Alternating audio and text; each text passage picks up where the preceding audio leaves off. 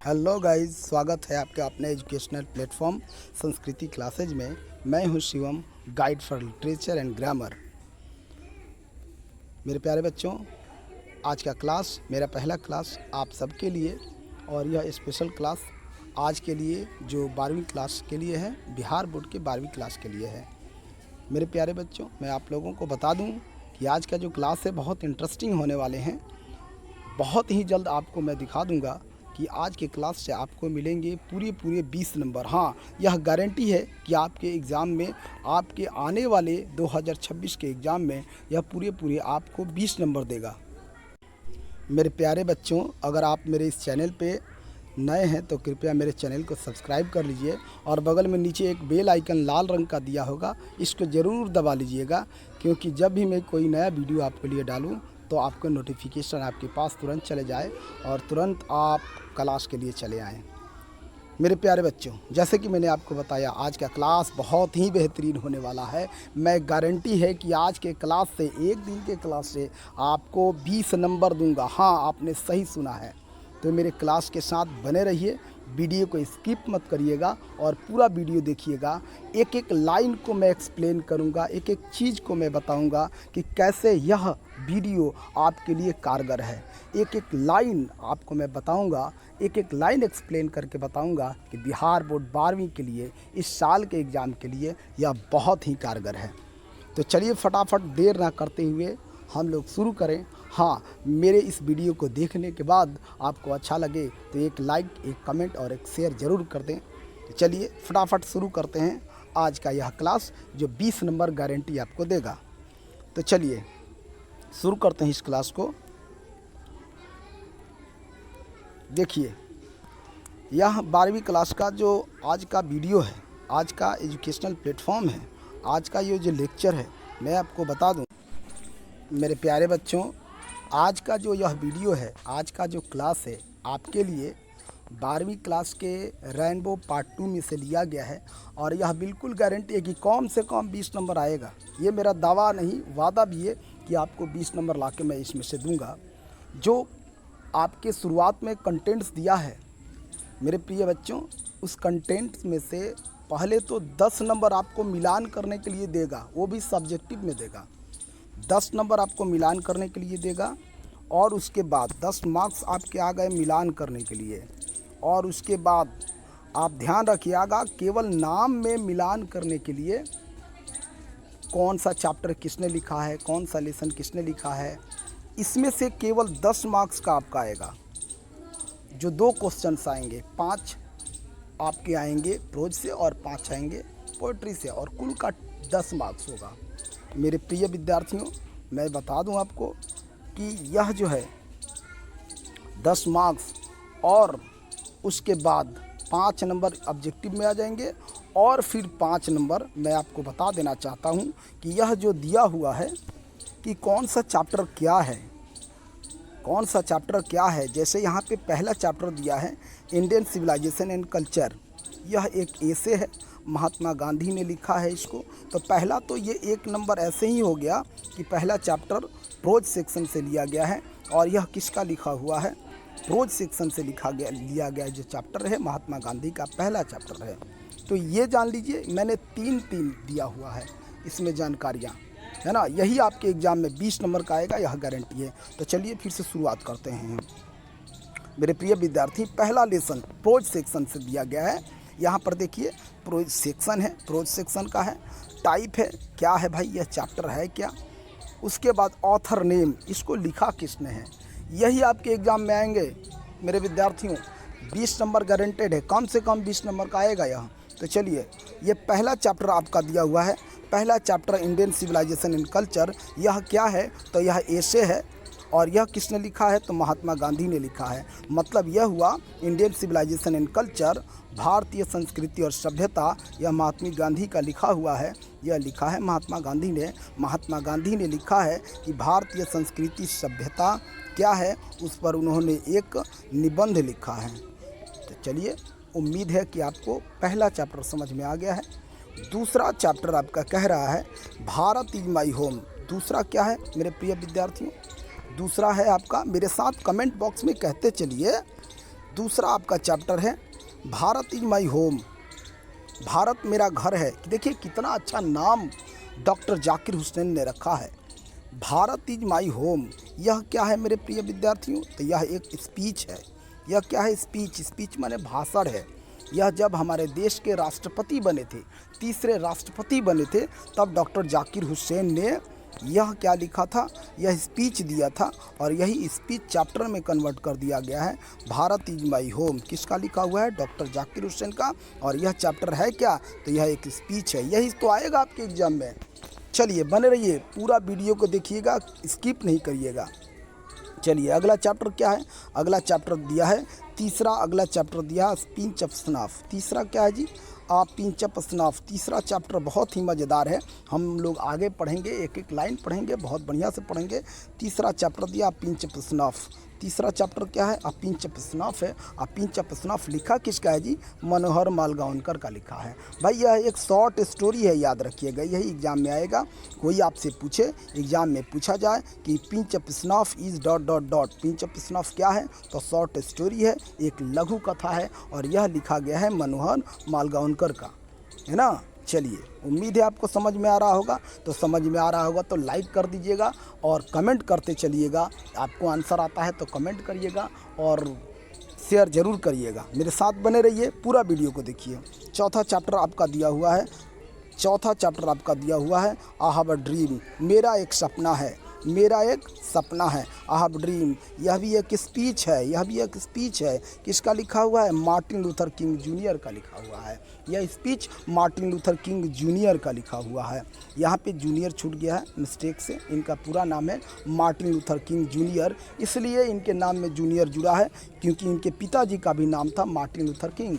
तो पिता का नाम है senior, Martin Luther king senior, और इनका नाम है Martin Luther king junior.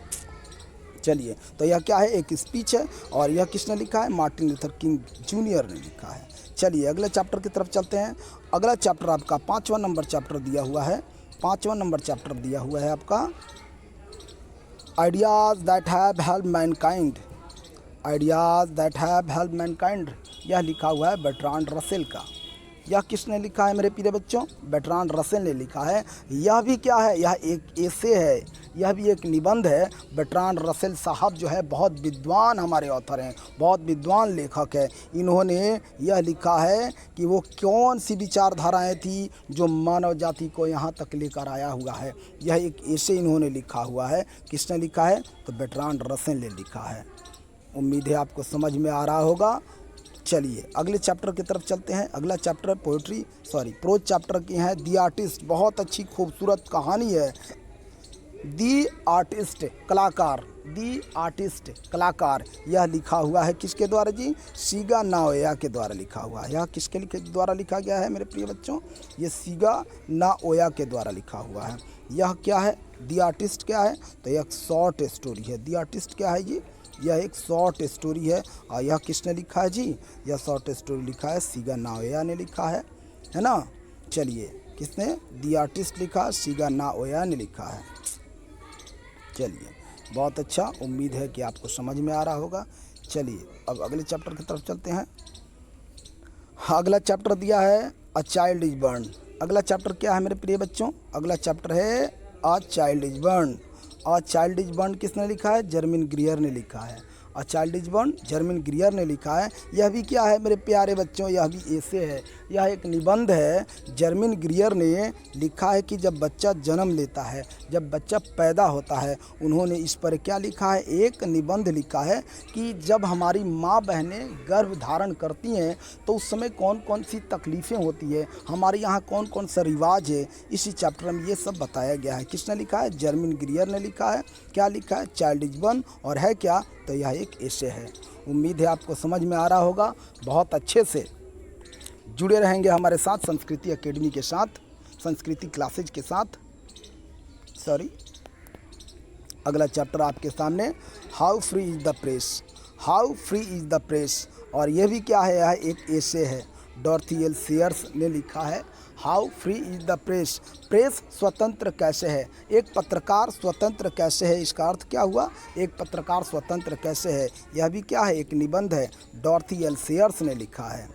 डॉर्थी L shares ने एक निबंध लिखा है कि एक पत्रकार जो है स्वतंत्र कैसे है, और यह लिखा है डॉर्थी एल सेयर्स ने। यह चैप्टर है क्या, तो यह भी एक एसे है, निबंध है।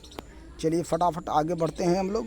अगला चैप्टर दिया हुआ है दी अर्थ, बहुत ही खूबसूरत शॉर्ट स्टोरी दिया हुआ है। दी अर्थ, ज़मीन।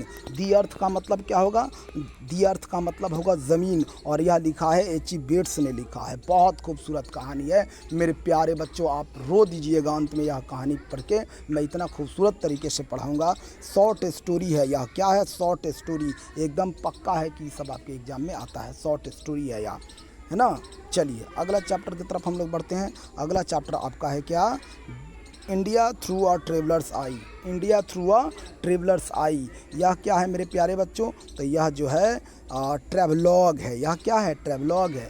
यह किसने लिखा है, पर्ल एस बक ने लिखा है। यह किसने लिखा है, पर्ल एस बक ने लिखा है। ट्रैवलॉग का मतलब क्या होता है जी, ट्रैवलॉग का मतलब होता है कि किसी यात्रा के संबंध में कोई किताब लिख देना। हम कहीं पर गए हैं और वहाँ पे यात्रा किए हैं, वहाँ के कल्चर के बारे में, वहाँ के सभ्यता के बारे में, वहाँ की संस्कृति के बारे में हम लोग देखे हैं और उसको एक किताब में हमने लिख डाला, तो वही क्या हो जाता है, हमारा ट्रैवलॉग हो जाता है।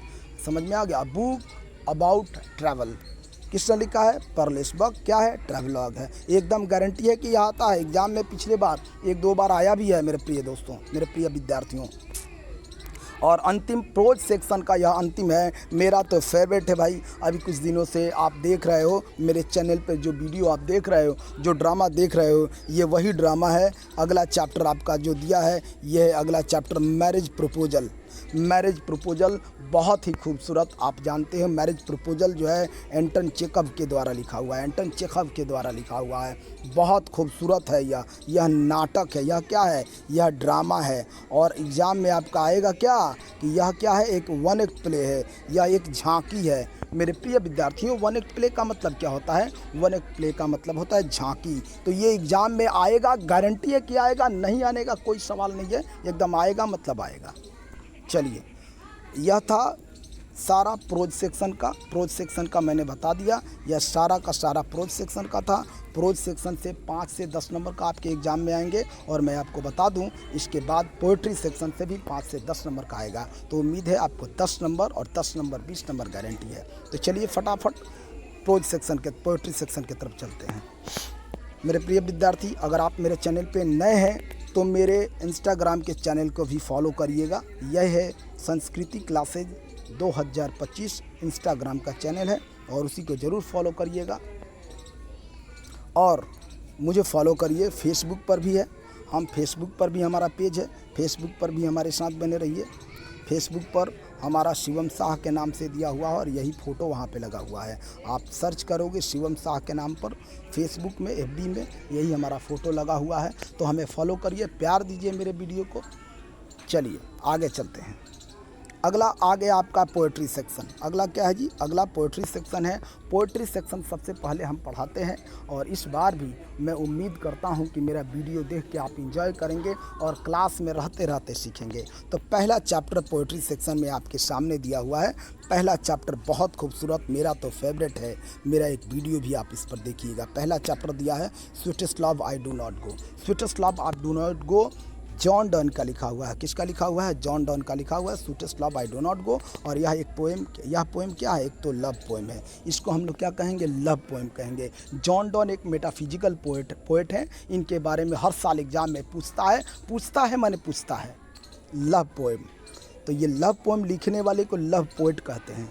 तो जॉन डन को हम क्या कह सकते हैं जी, लव पोएट कह सकते हैं। समझ में आ रहा है क्या, जॉन डन को हम लोग क्या कह सकते हैं, लव पोएट कहते हैं। ये भी एग्जाम में याद रखिएगा, ये भी 1 नंबर तो मैंने एक्स्ट्रा आपको दे दिया। चलिए अगला आपका दिया हुआ है दूसरा चैप्टर, क्या हुआ है, अगला आपका दूसरा चैप्टर दिया हुआ है song of myself. Song of myself Walter Whitman का लिखा हुआ है, वॉल्ट विटमेन का लिखा हुआ है। सॉन्ग ऑफ माई सेल्फ किसका लिखा हुआ है, वॉल्ट विटमेन का लिखा हुआ है ना।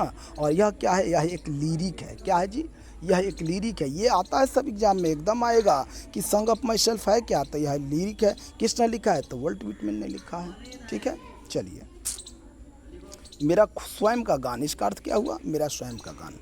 अभी मेरे प्रिय छात्रों, अगर कोई वीडियो में त्रुटि हो रहा है, कोई गलती हो रहा होगा तो कृपया आप हमें कमेंट करिएगा, सुझाव करिएगा, मैं आपको ज़रूर बताऊंगा। चलिए अगला चैप्टर आपका तीसरा चैप्टर दिया हुआ है, now the leaves are falling fast. और यह जो चैप्टर है W.H. अडेन का लिखा हुआ है। Now the leaves are falling fast का अर्थ क्या हुआ कि पेड़ से पत्ते बड़ी तेज़ी से गिर रहे हैं। ये तो शाब्दिक अर्थ है, लेकिन आपके इस पोएम में मीनिंग कुछ और दिया हुआ है, मौत से संबंधित दिया हुआ है। वास्तविक मौत क्या होती है, इस हमारे जिस तरह पेड़ से पत्ते गिर रहे हैं उसी तरह इंसानों की भी मौत बड़ी तेज़ी से हो रही है। ये वास्तविक अर्थ नहीं है, ये हमारे शाब्दिक अर्थ दिया हुआ है। जब चैप्टर पढ़िएगा तो मैं आपको बताऊंगा, और मेरे इस चैप्टर में आपको साक्षात मैं आपको यमराज से दर्शन कराऊंगा। तो चलिए फिर से जानते हैं। मैं आपको फिर से एक बार बता देना चाहता हूं कि now the leaves are falling fast किसने लिखा है, तो W.H. अडेन लिखा है। और यह क्या है सर, तो ये भी एक लिरिक है, यह भी क्या है, एक लिरिक है। चलिए अगला चैप्टर की तरफ चलते हैं। प्यार दीजिएगा मेरे वीडियो को, अच्छा लगे तो लाइक शेयर कमेंट करते रहिएगा, अपने दोस्तों तक पहुँचाते रहिएगा। जितना से ज़्यादा शेयर करोगे सबको फ़ायदा होगा। अगला चैप्टर दिया है टू अटम। अगला चैप्टर क्या है, टू अटम। अगला चैप्टर क्या दिया है, टू अटम। और यह किसका लिखा हुआ है, जॉन किट्स का लिखा हुआ है। रोमांटिक पोएट कहे जाते हैं जॉन किट्स। और यह जो चैप्टर है वह क्या है, एक ऑड है। ऑड माने भी पोएम ही होता है। एक्चुअली इस कविता का पूरा नाम है ऑड टू अटम है। एक्चुअली इस पूरे कविता का नाम है ऑड टू अटम, है ना। तो ऑड टू अटम किसका लिखा हुआ है, तो जॉन किट्स का है। यह चैप्टर क्या है, तो ऑड है सर। चलिए अगला चैप्टर की तरफ हम लोग चलते हैं। N epitaph. अगला चैप्टर क्या दिया हुआ है, एन एपिटाफ। एन एपिटाफ किसका लिखा हुआ है, वाल्टर डी ला मेयर का लिखा हुआ है। एन एपिटाफ किसका लिखा हुआ है जी, वाल्टर डी ला मेयर का लिखा हुआ है। एन एपिटाफ किसका लिखा हुआ है, वाल्टर डी ला मेयर का लिखा हुआ है ना। और ये भी क्या है, तो एन एपिटाफ भी एक लिरिक है। इसको एक मेमोयर कहा भी जा सकता है, मेमोयर भी कहा जा सकता है। इसलिए क्योंकि हमारे वाल्टर डी ला मेयर साहब किसी की याद में यह उसके कब्र पर बैठ करके इस कविता को कह रहे हैं कि एक बहुत खूबसूरत लेडी थी।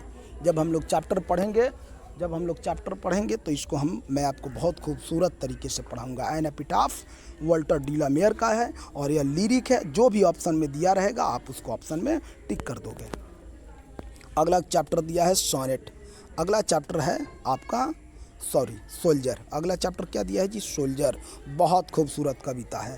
यह क्या है, सोल्जर जो है रूपर्ट ब्रूक का लिखा हुआ है। सोल्जर क्या है, हमारे रूपर्ट ब्रूक इंग्लैंड के कवि हैं। बहुत खूबसूरत कविता है। मैं बता दूं पूरे आपके रेनबो पार्ट 2 में, पूरे लिटरेचर में यह एकमात्र ऐसा चैप्टर है जो एक सोनेट है।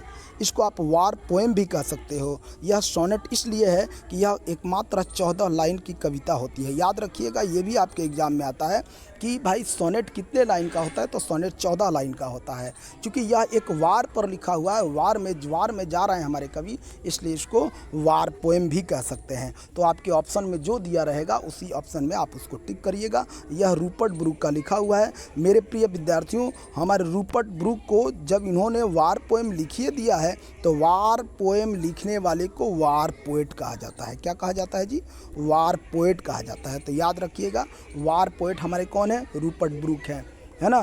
चलिए बहुत अच्छा, जुड़े रहे हमारे साथ और जानते रहिए। बहुत ही खूबसूरत जानकारी, बहुत ही अच्छा लेक्चर आपके सामने। पूरा देखिएगा और जाते जाते एक लाइक, एक शेयर, एक कमेंट जरूर करिएगा। अगला आपका दिया Macavity the mystery cat. Macavity the mystery cat, यह लिखा हुआ T.S. इलियट। T.S. इलियट का पूरा नाम है थॉमस स्टर्न इलियट। ये क्या है जी, Macavity the mystery cat, T.S. Eliot का लिखा हुआ है। यह एक लाइट वर्स है, यह एक छंद है, एक लाइट वर्स है। इसको मॉक हीरोइक पोएम भी कह सकते हैं। मेरे प्रिय विद्यार्थियों, मेरे प्रिय बच्चों, इसको मॉक हीरोइक पोएम भी कह सकते हैं। इसलिए कहेंगे क्योंकि यह जो कविता है, यह एक बिल्ली के ऊपर उसे नकली हीरो बनाया गया है। उसे शानदार तरीके से, नकली तरीके से पेश किया गया है, केवल आपके आनंद के लिए। उसके बारे में बताया गया कि हमारे यहाँ जो बिल्लियाँ रहती हैं वह कैसे होती हैं, वो क्या क्या करती हैं, कौन से कारनामे करती हैं। तो यह जो chapter Macavity the mystery cat T.S. Eliot का लिखा हुआ है। चलिए फटाफट आगे बढ़ते हैं। अगला दिया है फायर हिम। अगला चैप्टर क्या है, अगला चैप्टर है आपका फायर हिम। अगला चैप्टर आपका क्या दिया हुआ है जी, अगला चैप्टर दिया है फायर हिम। फायर हिम, अग्नि स्तुति। फायर हिम का मतलब क्या है, अग्नि स्तुति। फायर हिम का मतलब अग्नि स्तुति, और यह लिखा है KKN दारूवाला का लिखा हुआ है, KKN दारूवाला का लिखा हुआ है फायर हिम। यह चैप्टर क्या है? तो यह एक हीम है, याद रखिएगा, ये एग्जाम में आता है। यह एक हीम है। हीम माने क्या होता है जी? हीम माने होता है स्तुति, प्रार्थना, भजन। क्या होता है जी? भजन। और यह आपके एग्ज़ाम में आएगा, ठीक है। तो KKN दारूवाला का लिखा हुआ है। KKN दारूवाला जो है, इनका कास्ट भी पूछता है जी। KKN दारूवाला एक पारसी थे, जिसको आपके चैप्टर में जोरोसियन लिखा गया है, जो आपके चैप्टर में जोरोसियन लिखा हुआ है ना। चलिए, जब हम लोग चैप्टर पढ़ेंगे तो मैं आपको बता दूँगा। अगला चैप्टर दिया स्नेक। अगला चैप्टर क्या है? स्नेक। अगला चैप्टर दिया स्नेक मतलब सांप। यह क्या है? DH लॉरेंस का लिखा हुआ है। यह किसका लिखा हुआ है? स्नेक जो चैप्टर है DH लॉरेंस का लिखा हुआ है। मेरे प्रिय विद्यार्थियों, आपको बता दूं कि ये जो स्नेक चैप्टर है, आपको 10वां क्लास के CBSE में भी दिया हुआ है। यह एक नैरेटिव पोएम है, याद रखिएगा। यह क्या है? यह एक नैरेटिव पोएम है। अगला और अंतिम, आज का अगला चैप्टर, आज का अंतिम बहुत ही खूबसूरत चैप्टर है माई ग्रैंड मदर हाउस, मेरी दादी या नानी का घर। कमला दास का लिखा हुआ है। कमला दास का एक और भी नाम है कमला सुरैया, जो लास्ट में उन्होंने अपना नाम बदल दिया था, धर्म परिवर्तन किया था। और यह जो चैप्टर है, ये भी आएगा आपके एग्ज़ाम में। यह जो चैप्टर है, यह क्या है? ऑटोबायोग्राफिकल पोएम है। ऑटोबायोग्राफिकल पोएम है। तो उम्मीद है मेरे प्यारे बच्चों कि आपको यह वीडियो बहुत अच्छा लगा होगा, बहुत खूबसूरत तरीके से समझा दिया होगा। मुझसे कोई गलती हुई होगी, थोड़ा सा मिस्टेक हुआ होगा, एरर हुआ होगा। मेरा पहला वीडियो है, तो मुझे प्यार दीजिएगा और सजेस्ट करिएगा। मेरे वीडियो को प्यार दीजिएगा, एक लाइक करिएगा, एक शेयर करिएगा और एक कमेंट करिएगा। मिलते हैं अगले वीडियो में, तब तक के लिए जय हिंद, जय भारत। यूं ही हंसते रहें, मुस्कुराते रहें, आते रहें और बने रहें हिंदी इंग्लिश शिवम सर के साथ, संस्कृति एकेडमी के साथ, संस्कृति क्लासेज के साथ। जय हिंद, जय भारत।